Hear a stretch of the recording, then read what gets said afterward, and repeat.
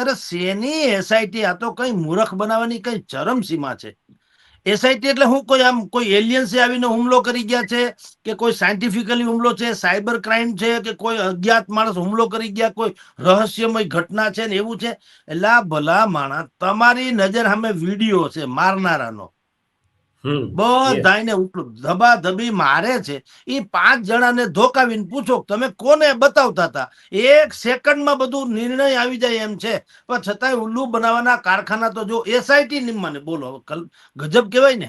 એટલે ક્યાંક SIT divert કરવાનો પણ પ્રયત્ન થયો. એટલે બિલકુલ ટાઈમ પાસિંગ જોબ છે. કાંઈ એસઆઈટી બેસઆઈટી હરામ બરોબર તપાસ કરે તો ભલા માણસ. તો એનો અર્થ એમ છે કે તમારી પોલીસમાં દમ નથી. તમારા સમાજમાં જે ભાઈ કોળી સમાજમાં હીરાભાઈએ એમ કેમ ન કીધું, ક્યારેય બોલ્યા છે આજ સુધીમાં કે ભાઈ અમારા માટે નવનીતભાઈનો શબ્દ છે એ વાક્ય છે, એ અમારો તમને કોઈને એના ઉપર તમે જુઓ જેટલા લોકો ટીવી ડિબેટમાં આવ્યા કોળી સમાજના પ્રવક્તાઓ ના સ્વરૂપે, એ બધાએ પણ શું કીધું, નવનીતભાઈ એમ કે છે કે આ ભાઈ છે નવનીતભાઈ, એટલે નવનીતભાઈ કે છે તમને ભરોસો છે કે નહીં? તમે જુઓ કેવું નાટક ચટક હાલે છે. આ બધી એસઆઈટી બેસઆઈટી તમે બીજા 1-2 જણાને પકડ્યા ને એની પાસેથી હથિયાર કોણે ક્યાંથી લીધા હતા એવી બધી વાતો છે ને.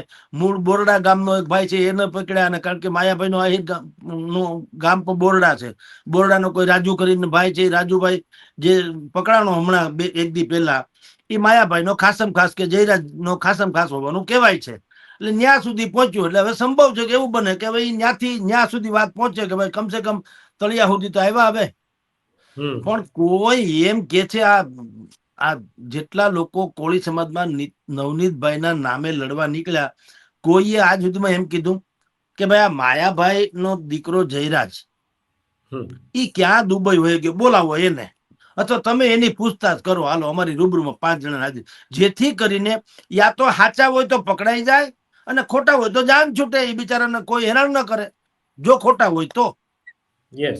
હવે સીધી ને સિમ્પલ વાતમાં એસઆઈટી ને ફેસાઈટી ને દુનિયાભરની બધીને તમે જુઓ આત્મવિલોપનના પ્રયાસ થાય છે ને. રેલી રેલા સુરત થી 100 ગાડીઓના કાફલા લઈને બાપુ એક પધાર્યા, વિશ્વ ભારતીજી.